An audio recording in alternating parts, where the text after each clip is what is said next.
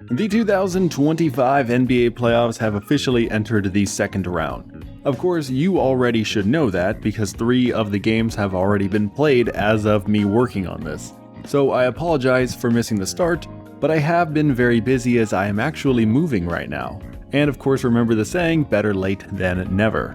Before we dive in, please do me a big favor and like the video as it helps me out far more than I think you guys realize, and subscribe for more basketball related content. Remember, I'm trying to hit 1 million subscribers by the end of the finals, so let's make that happen.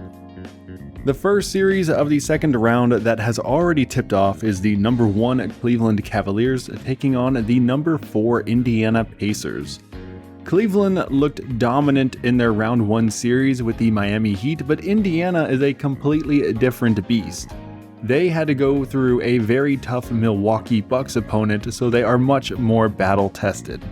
For Cleveland, it also does not help that they have been without their star point guard Darius Garland for now around a week due to a sprained toe, and his return remains uncertain.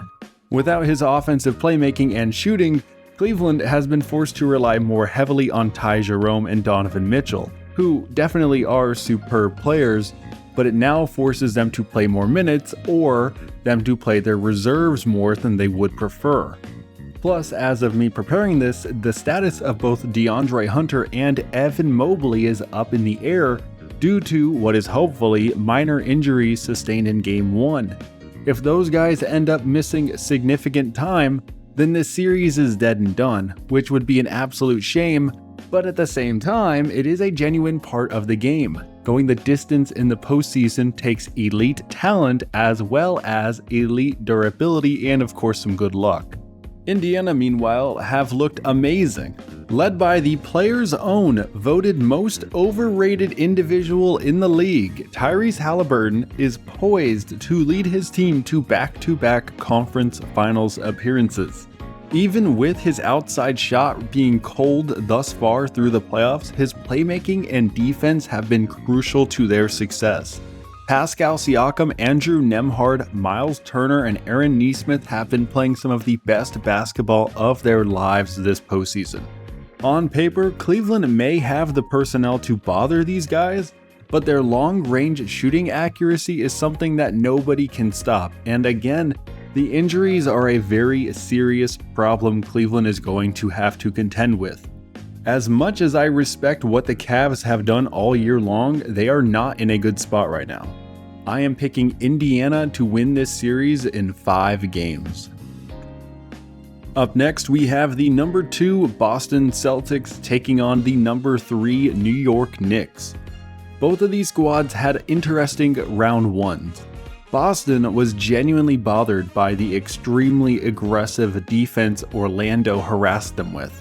And New York was outplayed on most nights by a young, hungry, inexperienced Detroit team.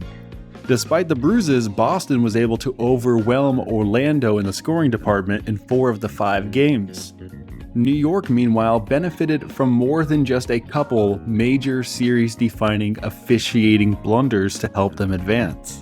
Jalen Brunson is a spectacular player, I'm not taking that away from him, but the foul baiting will not be as well received against the veteran, well-respected Boston core.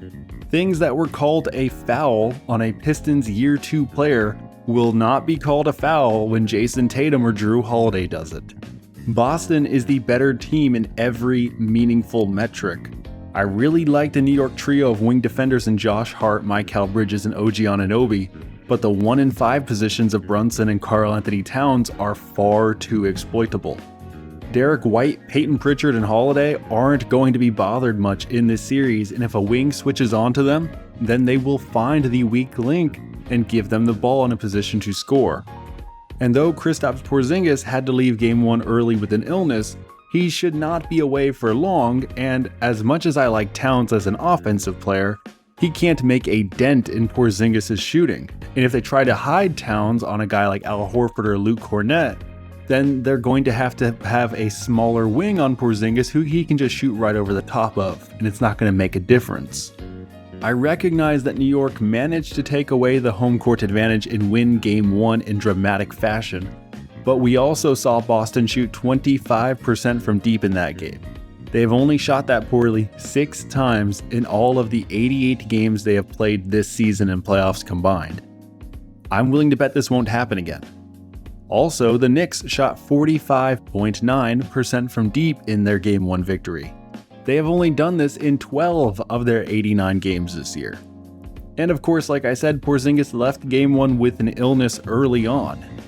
Too many things had to go right for New York to slip away with a nail-biter win. I don't think that's going to happen again. Boston is going to win the next 4 games in a row, so give me the Celtics in 5. Moving out west, the first matchup we have is the number 1 Oklahoma City Thunder taking on the number 4 Denver Nuggets. OKC's round 1 was deceptively dominant in my opinion. They took on the Memphis Grizzlies team that had just fired their head coach and was not built well for the postseason. In games 1 and 2, OKC looked amazing. But the tides definitely turned in Game 3 to the point where Memphis completely flipped the script on them. But thanks to a strategic fall into a defenseless airborne player by Lou Dort, OKC regained momentum and went on to win 2 nail-biters to close out the series. And before you go down there in the comments to say it was an accident, anyone who plays basketball at a high level knows Dort could have made an effort to fall away from Morant. 99 times out of 100, if this exact situation occurred in the OKC practice facility, Dort would make sure not to take out someone like Shai Gilgeous-Alexander. He is a pro. Pros know how to play the sport without hurting one another. Thankfully for Denver, Nikola Jokic does not jump very high, so I don't anticipate anyone undercutting him. Speaking of Denver, they were battle-tested in round 1. They fought through a tough 7-game series against LAC to get here, and jumped right into this round with virtually no rest, and they ended up stealing Game 1 on the road. OKC is a great team. I am not claiming they don't belong to be here, but like any young team with very little postseason experience, the lights seem to get brighter to them come crunch time and they make boneheaded decisions. Throw in the fact that Jalen Brunson has not looked good at all postseason long, and Chet Holmgren, who, yes, he's a monster, but in crunch time, he bricks 2 free throws that cost his team the game. Shai is a brilliant player, especially on offense, and he, Alex Caruso, and Isaiah Hartenstein join Chet as defensive hounds who have generated an obscene number of deflections through their 5 games played this postseason. But Denver is a far better team than Memphis, and they have the greatest player in the sport in Nikola Jokic, who has been an unstoppable force through 8 games. And as I stated in my round 1 preview, Jamal Murray has returned and is looking like his old All-NBA self, plus Aaron Gordon and Russell Westbrook have been extremely hot lately. I recognize the depth difference between these two teams. OKC's 6 through 10 would smoke Denver's, but assuming no major injuries derail this series, I am picking Denver to come out on top in 6 games.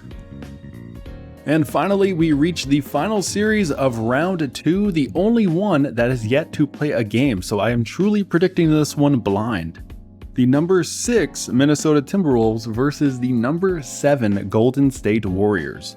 Both underdogs on paper, but in reality, deadly opponents that pulled off upsets that were seen a mile away in round 1. Minnesota made LAL look pathetic, and Golden State played with their food more than you'd like, but they ultimately got the job done against Houston. Starting with Golden State, you could pretty much tell by halftime if they were interested in trying to win any given game. Stephen Curry is the consistent beast who can score a lot of points against any opponent, but his supporting cast varies greatly in effectiveness. Jimmy Butler and Draymond Green do put forth great effort defensively, but both guys operated as bricklayers on the offensive end. And Brandon Podziemski, Buddy Hield, and surprise surprise Moses Moody had their moments, but they aren't dependable offensive producers. Minnesota crushed LA in the paint, exploiting their interior defensive woes. Rudy Gobert, Naz Reid, and Julius Randle looked like monsters inside on both ends. Golden State has the exact same issue. For some reason, they don't like playing Kevon Looney or Quinton Post very much, so they often turn to Draymond Green as their primary center, standing at a generous 6'6". He plays bigger than he is. He is a good defensive player, but his antics have already been shown to not be tolerated by the officials like they formerly were in years past. I am expecting him to rely very heavily on little tricks, and it's going to result in some very frustrating moments for him and his opponents, sure, but I think he's going to be the one, unfortunately for Golden State, who's going to wind up getting ejected from a few games.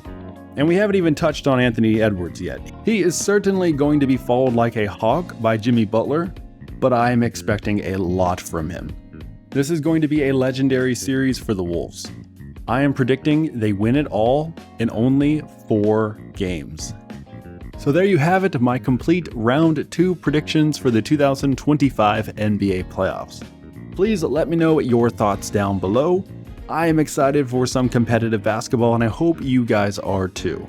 I will talk to you again come conference finals time. Until then, I will see you all next time.